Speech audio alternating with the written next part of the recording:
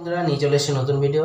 TRP ratings লিস্টে এবারে কিন্তু বহুত উন্নতি করেছে চিরসখা এবং চিরদিনই তুমি যে আমার, এই দুটি সিরিয়াল। যদিও 1 নম্বর জায়গাটার থেকে কেউ হাঁটাতে পারেনি, পরশুরাম আজকের নায়ককে। তারা যথারীতি 1 নম্বর জায়গাটাকে দখল করে গেছে। 2য় নম্বর জায়গাটা দখল করেছে কিন্তু ফুলকি।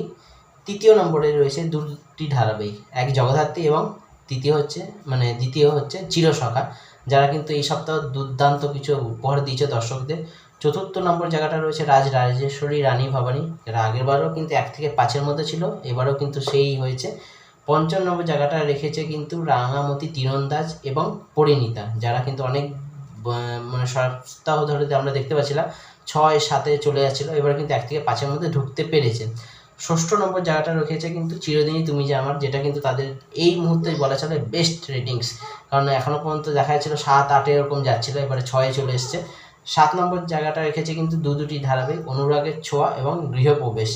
8ম নম্বর জায়গাটা রেখেছে কিন্তু আমাদের দাদামণি, এবং তারপরে রেখেছে 9ম নম্বর জায়গাটা রয়েছে কথা, এবং 10ম নম্বর জায়গাটা রেখেছে কিন্তু কোন গোপনে মন ভেসেছে। দেখা যাক নেক্সট উইকে আবার এগুলো চেঞ্জেস কিছু হয় কি না, এবং চিরদিনই তুমি যে আমার এবং চিরসখা কত নম্বরে শেষ করে। বন্ধুরা ভিডিওটা এখানে শেষ করলাম। যদি ভালো লাগে লাইক করে দেবেন, চ্যানেলটাকে সাবস্ক্রাইব করে দেবেন। নমস্কার।